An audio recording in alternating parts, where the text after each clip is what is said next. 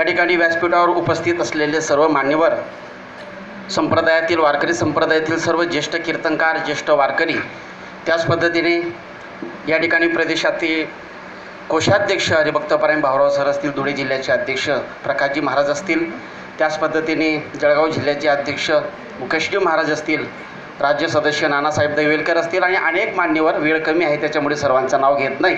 आणि उत्तम पद्धतीने या कार्यक्रमाचं नियोजन भाऊंच्या माध्यमातून ज्यांनी केलं, असे ज्यांनी परमार्थाचा शोधला गाभा, लोकांवर ठेवला, वारकऱ्यांवर ठेवला आपला दबदबा, इंद्रियावर मिळवला ताबा, असे आमचे गजानन बाबा. त्याच्यामुळे त्यांचं मी माझ्या वैयक्तिक वतीने आभार व्यक्त करतो. आणि या कार्यक्रमाला प्रमुख अशी उपस्थिती, ज्यांच्यामुळे या कार्यक्रमाला शोभा येते, असे ज्यांच्या बोलण्यातून आहे धार, ज्यांच्या बोलण्यातून आहे धार, ऐकून विरोधक होतात गार, ज्यांचे शब्दच आहेत तलवार, म्हणून कोणतंही कार्य सहज होते पार, असे आपले गुलाबराव भाऊ यांचं सरकार. असे या ठिकाणी भाऊ या ठिकाणी उपस्थित आहेत. मंडळाचा विस्तार सर्व दोघंही मान्यवरांनी दिलेला आहे, पण या कार्यक्रमाला एवढी सुंदर शोभा ज्यांच्या माध्यमातून घडवून आणली, असे आपल्या खानदेशाचे, जळगावचेच नाही तर पूर्ण खानदेशाचं वैभव आणि बुलंद तोप, खानदेशाची बुलंद तोप म्हणून ज्यांना संबोधलं जातं, असे ज्यांचा विधान परिषदेवर अतिशय मोठा दबदबा आहे, असे भाऊ. त्यांचं कार्य जर पाहिलं तर अतिशय तळागाळापर्यंत प्रत्येक व्यक्तीचं मनोगत त्यांनी आयुष्यामध्ये समजून घेतलं आणि वारकऱ्यांसाठी विशेष त्यांनी काम केलं. अशी भाऊंच्याबद्दल मी काही माझ्या अंतःकरणातून वाक्यरचना फुटलेल्या आहेत, ते मी या ठिकाणी म्हणून दाखवणार आहे. आणि जास्त वेळ घेणार नाही. कार्यकर्त्यांची तुम्हावर आहे निष्ठा भाऊ, कार्यकर्त्यांची तुम्हावर आहे निष्ठा, लोकांची सेवा ही तुमची प्रतिष्ठा, विरोधकांनी तुम्हाला केली पाडण्याची चेष्टा, आता त्यांना खावी लागत आहे पश्चातापाची विष्ठा, तरी भाऊ तुम्ही सर्वांसाठी काम करतात, हीच आहे तुमची श्रेष्ठता.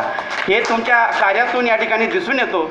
आणि कार्य करत असताना, समाजामध्ये तळागाळामध्ये जात असताना, खेड्यापाड्यांमध्ये अतिशय तळागाळातल्या कार्यकर्त्यापर्यंत आणि समाजातल्या लोकांपर्यंत त्यांचे प्रश्न सोडवायची कामं तुम्ही करतात. म्हणून तुमच्याबद्दल सांगावं वाटतं भाऊ, समाजाची करता तुम्ही रात्रंदिवस सेवा, तुमच्याकडे आहे वारकऱ्यांच्या प्रेमाचा ठेवा, पक्षाने दिला मंत्रिपदाचा लाल दिवा, म्हणून आम्हाला वारकऱ्यांना वाटतो तुमचा हेवा, भविष्यात तुम्हाला नक्की मिळेल मुख्यमंत्री पदाचा मेवा, फक्त तुम्ही आम्हा वारकऱ्यांवर लक्ष ठेवा, असं या ठिकाणी म्हणेल. आणि कारण की पवित्र अशी पावन ही भूमी आहे जळगाव नगरीमध्ये. सध्याच्या परिस्थितीमध्ये राजकारणाच्या क्षेत्रामध्ये सगळ्यात दिग्गज आणि ताकदीचं नाव कोणाचं असेल ते भाऊंचं आहे. तर नक्कीच का मुख्यमंत्री पदापर्यंत पोहोचणार आहे, नक्की पोहोचतील, पण वारकऱ्यांवर तुम्ही लक्ष ठेवा, एवढीच विनंती. आणि ही जळगाव नगरीच इतकी पावन आहे महाराज, काय सांगावं. जळगाव नगरी आहे पवित्र पावन, येथे कवित्री बहिणाबाईच्या कवितांचं होतं मनन, जवळच आहे मुक्ताईचं मेहुण, अमळनेर नगरीत आहे संतांचे चरण, येथे नेहमी होतं संत विचारांचे श्रवण, जवळच बांधलं तुम्ही धरण. भाऊ आता फक्त वारकऱ्यांसाठी उभा करा वारकरी भवन, एवढीच या ठिकाणी वारकऱ्यांच्या वतीने विनंती असेल. तर या ठिकाणी एकच म्हणावं लागेल, समाजसेवेचा घेतलाय तुम्ही वसा, खानदेशावर तुमचा आहे ठसा, विकास कामांचं घेतली नशा, म्हणून म्हणतो नेता हवा कसा, माननीय नामदार गुलाबराव पाटलां जसा. या ठिकाणी मागून मला टोचन आलेलं आहे.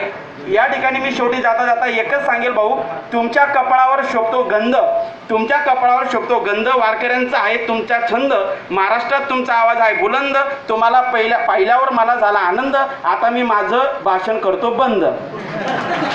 या ठिकाणी मी तुम्ही सर्व वारकऱ्यांच्या चरणावर दंडवत करतो आणि मी या ठिकाणी रजा घेतो. रामकृष्ण. धन्यवाद ज्ञानेश्वर भाऊ. अतिशय सुंदर काव्यमय असं मनोगत आपण शीघ्र कवी